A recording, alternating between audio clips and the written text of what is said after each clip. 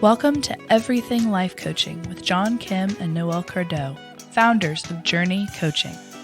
If you're inspired to begin your own life coaching practice or just want to learn a little bit more about what it's all about, visit jrni.co. That's JRNI.co.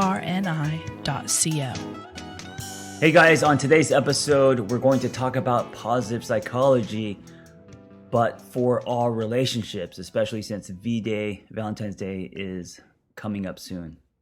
Yes. And in exciting news, I'm channeling my inner John Kim. And in honor of our Valentine's Day episode, I am not wearing pants.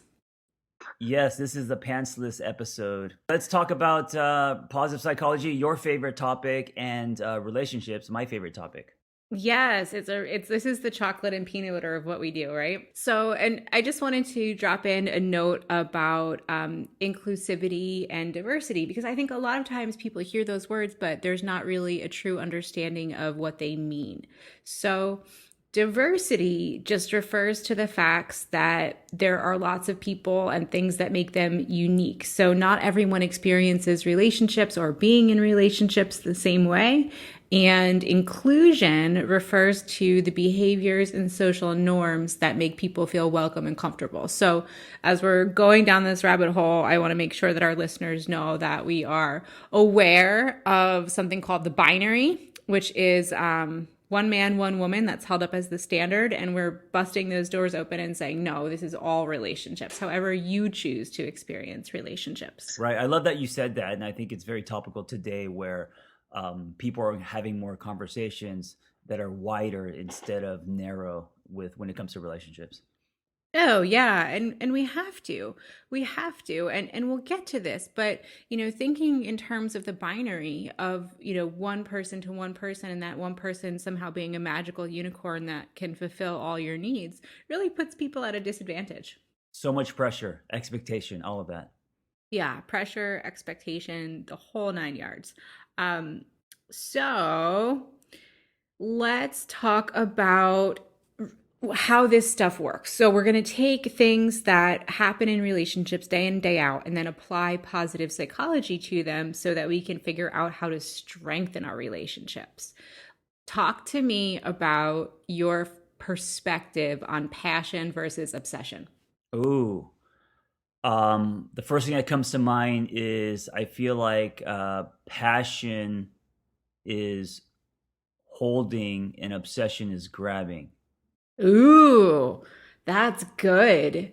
And I think that in relationships, holding, whether it's space or someone's heart or, what they said, holding is what makes people feel safe and free.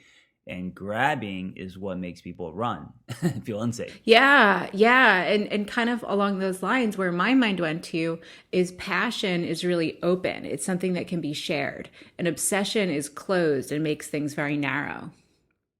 I love this. And I love the and sometimes it's a fine line, right? Between passion and obsession.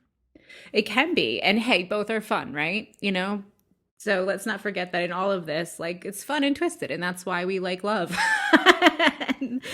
and that's what makes it fun. But I think, passion tends to be long-term, whether we're talking about a pursuit or a relationship or loving or how we do it. You can have passion for your kids. You can have passion for your partner, for your career. And then when you get obsessed with something, it's almost like you're chasing an ideal, that you're putting that person or that child or that career on a pedestal that's an unrealistic expectation. Limerence lasts 18 to 24 months. Describe limerence.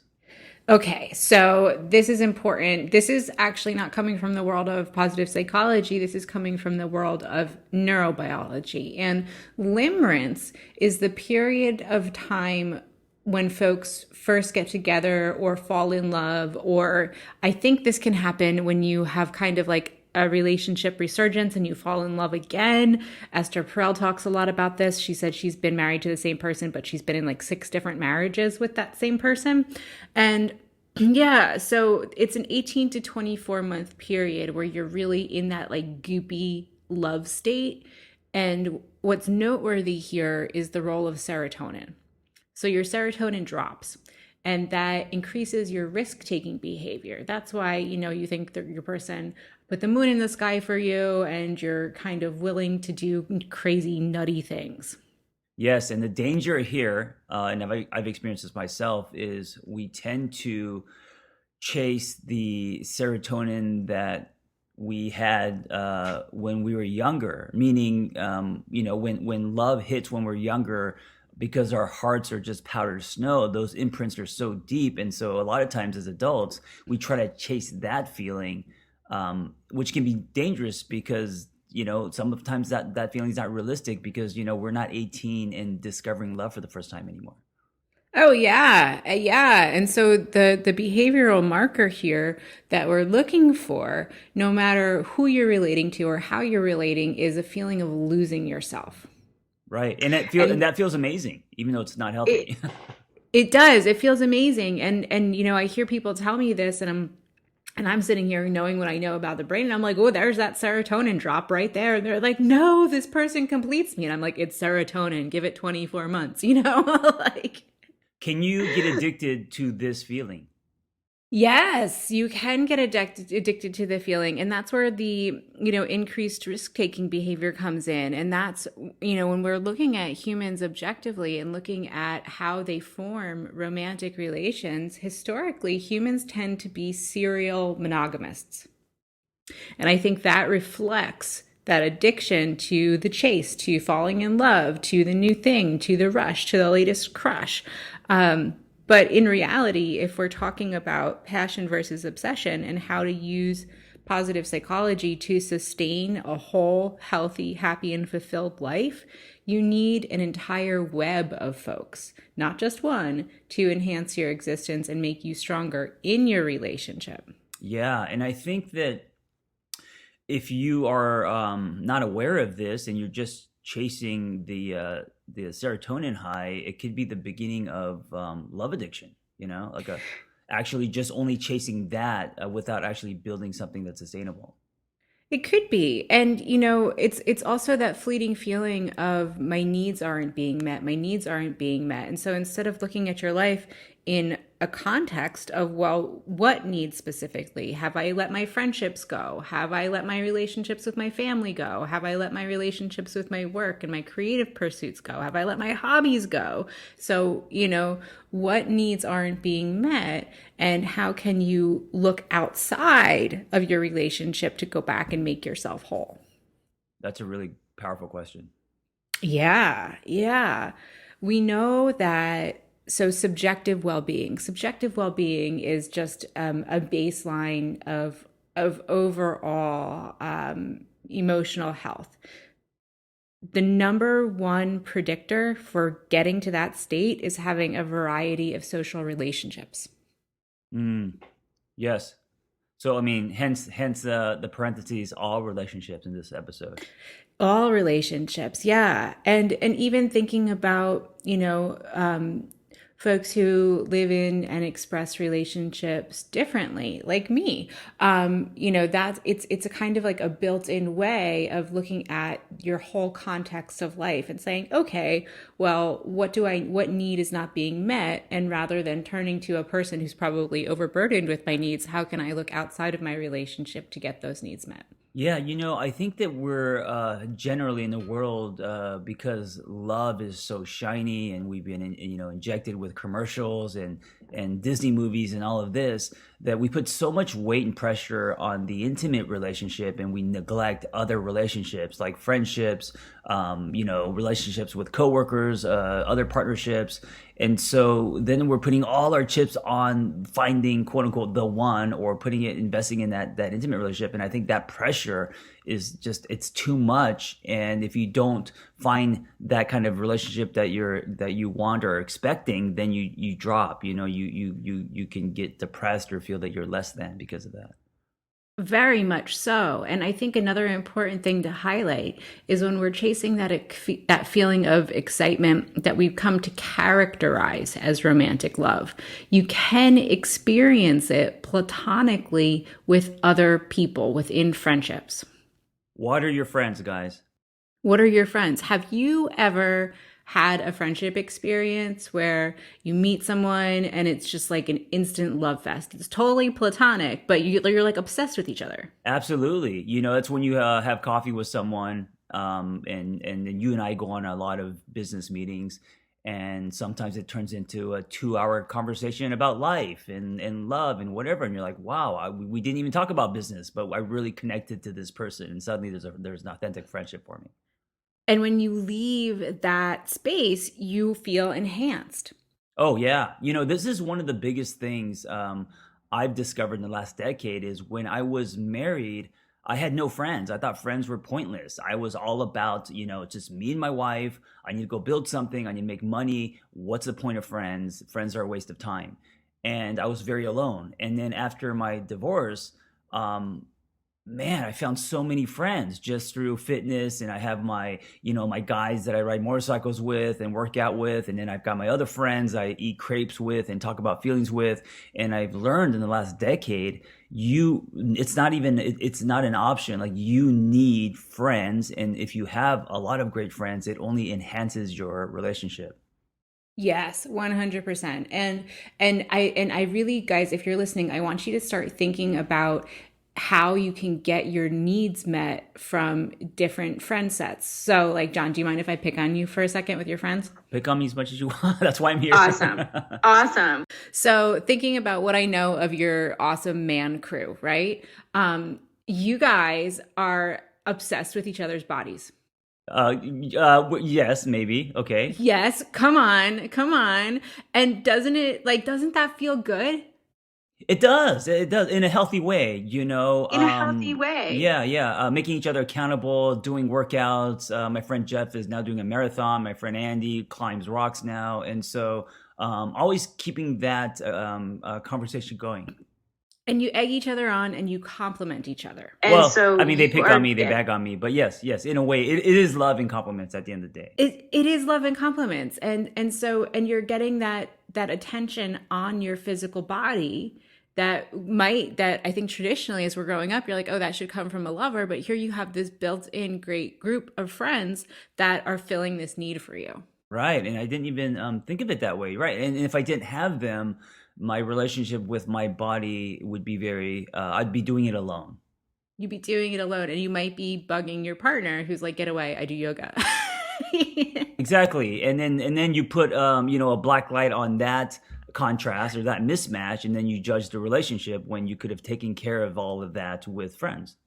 Exactly. We're there. Passion versus obsession. Getting your needs met from multiple people. Social relationships is the greatest predictor of subjective well-being. All right. Next one. Forcing positivity. Yes. Don't wait for positive emotions to just happen.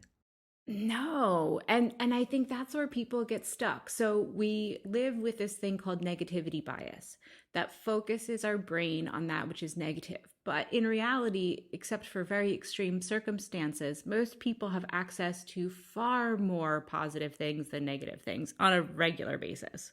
Yes. And when you say force, you're not saying in a fake way. Right? You're saying intentionally, you're saying make an effort, because our default can be negative. You're not saying force as in like white knuckle positivity. No. And I'm talking about forcing the focus.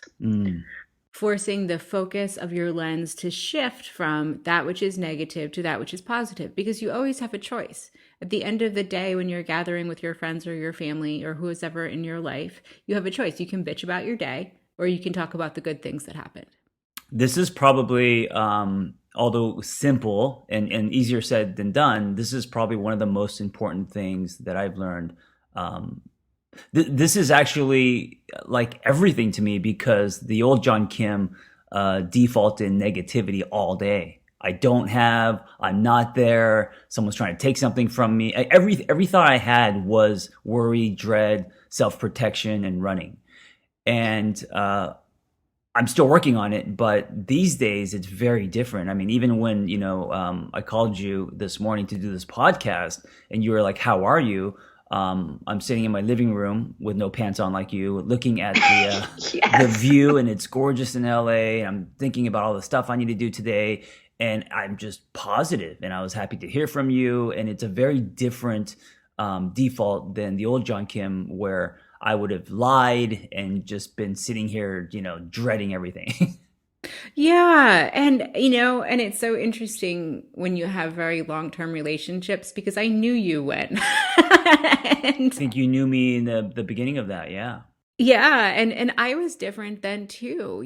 I didn't have I was still really struggling with depression back in the old days.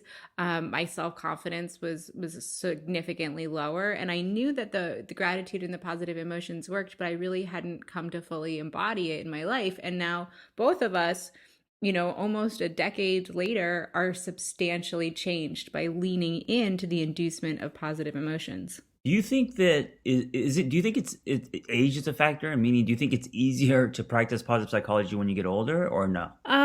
No, I think it's awareness. I think it's awareness. If you're not aware of the science, if you're not aware how your brain works, if you're not aware that inducing positive emotions creates a chemical impact that changes your brain from pessimist to optimist, you won't do it, right? So this is one of the reasons why we run our coaching intensive. This is why we shout this science from the rooftops, because it changes lives. It changes the way you experience your life. Yeah, absolutely. And again, it's a practice, and it wasn't yesterday that I was defaulting to negative. It was 10 years ago, and it took me, man, so many years to constantly be reminded and practice, observe people like Noelle, where, seeing the effects of positive psychology in her life, and just, constant everyday reminders, videos, audiobooks. It's a true practice. You have to do it like the way that you eat, diet, and then move. Very much so. And something that I read recently that was so interesting is that we talk a lot about the very physical manifestations of what would be described as mental illness, even though I don't really like that term. So like depression, anxiety, in very great measures can be qualified as mental illness. The absence of mental illness doesn't mean the presence of emotional health. They're two different things. Yeah. I think it's important to be aware of that. Yeah, to be aware of it and to treat them separately, that you can experience depression and anxiety and still lean into positive emotions to support your emotional health. And the outcome of inducing positive emotions is cardiovascular health. It improves your heart functioning. Absolutely. And that's something that we don't think about as well. Yeah. So I want to run you through the top 10 emotions that give you this really almost nutritional brain boost that you can share in your relationships to bring everybody up. And that's the great thing about this stuff, is it's contagious. I see this as soil, I see this as, yeah, absolutely. It is. And like think about the way that this ripples and has just rippled through our own lives between the two of us, our little friend groups, our coaches, our company. Like it's endless. Sure, absolutely. It's endless.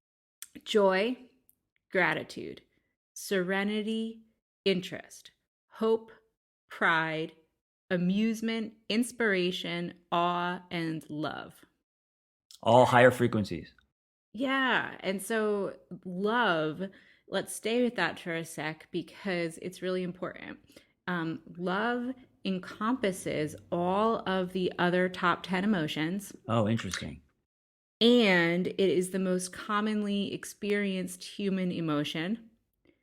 And it is excited by the presence of others. Yeah, and when people say love, we kind of automatically think romantic love, but that's not what you're talking about. No, it's not what I'm talking about at all. Love, well, so if we're going back to the neurobiological definition here from Barbara Fredrickson, it's micromoments. Love is a micro moment of an agreement for mutual care.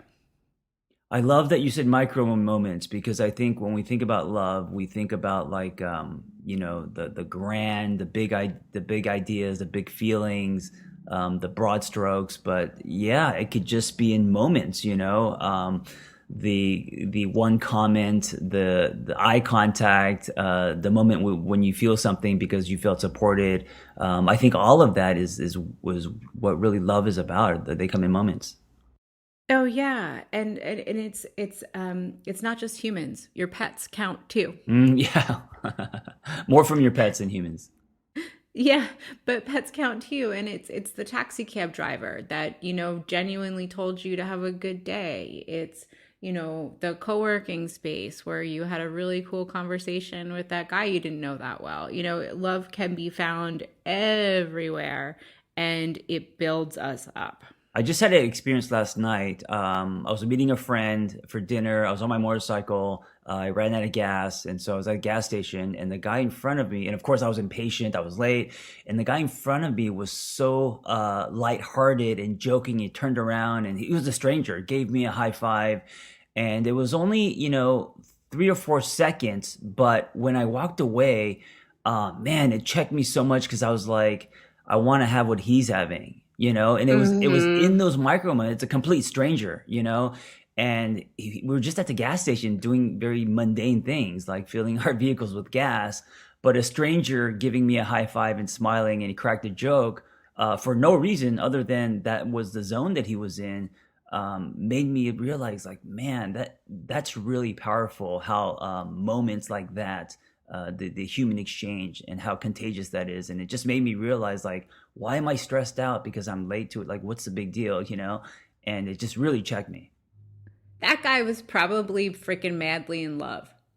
His serotonin levels were low, and he was just like high-fiving everybody. Yes. And it wasn't fake. He wasn't like on drugs or anything. It was authentic. And I was like, man, I want to have what he's having. I wonder what his life looks like. And I was like, that's the plane that I want to live on. That's awesome.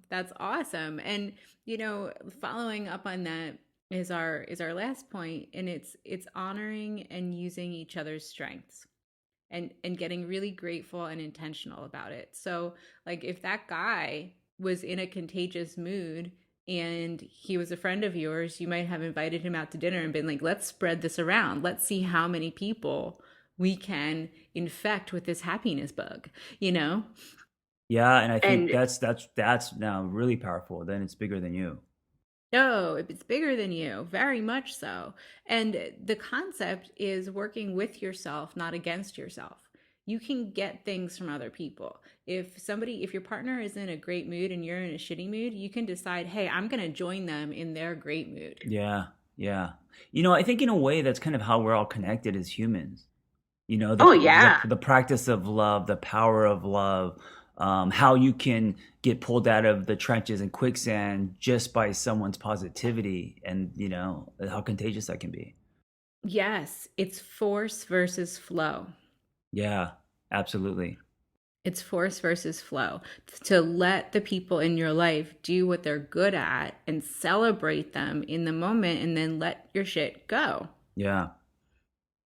Guys, as you're listening to this, think about all your relationships, not just your intimate relationship, and think about what you need to do to get some of that flow going, whether it's in moments or on a grander scale.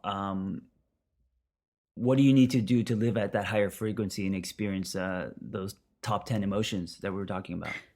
The top 10 emotions. And I have to say, they're all absolutely wonderful. Playfulness, serenity, interest, hope, pride, inspiration, awe. But what I have found to be the most effective when we're really drilling down on the relationship itself is gratitude. Because it shifts the emotional template of how you experience others. And I have a pro tip. So voicing your gratitude is really important. And if you want to deepen your current practice, it's a linguistic trick to shift from an I statement to a you statement, to really center and honor the person that you're expressing gratitude for. So it's the difference between, say you're up, you're working on a presentation, you're tired, you're cranky, and your partner comes home and cooks dinner. How awesome. Instead of saying, thank you for cooking dinner so that I could finish my presentation, which is probably a normal thing to say, to go a cut deeper, center the other individual. Once again, you stepped in. You are a kind and thoughtful person. Thank you. Yeah, it's also more personal. Mm-hmm. Yeah, it's personal. It gets you out of yourself. It gets you out of your head. It focuses on the open-heartedness of giving to that other person and really recognizing them. Yeah. Yeah, I love it. What a great reminder. We did that at our team meeting to close the year out. Yes. Yeah, that was really powerful, actually. Wasn't that powerful? Well, because you never get that in the day-to-day life. You don't actually sit in a meeting and people going around the room telling you what they appreciate about you or what your gifts are. That's not common language, and I think it should be, because I felt the power in that. It creates intimacy, it creates trust. And when you're getting out of yourself and really looking at this other person and saying, wow, you bring something to my life, whether it's, Vanessa or Andy or Jeff, like to really say, like, this person brings something to my life, and you feel less alone, you experience less fear, less scarcity, and it frees your brain up to function at higher levels.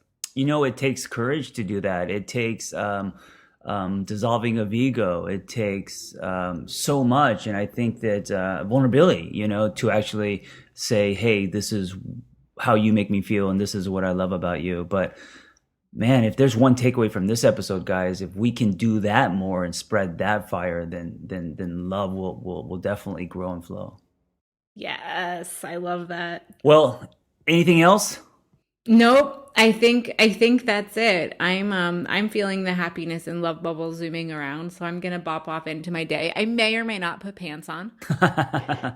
Well, I hope you do if you go out into the world. I will if I get on my motorcycle. Thank you for the reminder, Noelle. And guys, remember, this is not it's not a light switch. It's not something that you just accomplish over the weekend. It's a lifestyle, and it takes a lot of time. But if you do this, and I know from just personal experience, man, my life is so different, and it's not because of things I have. It's because of this kind of stuff that I've been practicing more and more, and still continuing to do, and realizing that this inner work is what's changed my life, not what's on the outside. Yes, awesome. All right, thank you guys. Be well. Ready to cut through the BS of becoming a coach? Snag John and Noelle's 6-step guide to becoming a life coach at JRNI.co/everything. That's JRNI.co/everything. If what you've heard here today speaks to you and you want to learn a little bit more about becoming a coach, visit journey.co, JRNI.co. We've graduated nearly 1,000 coaches and offer vibrant community, strong lifetime support, and world-class coaching education. We're fully ICF accredited and look forward to watching how you use coaching to make a bigger impact in the world around you.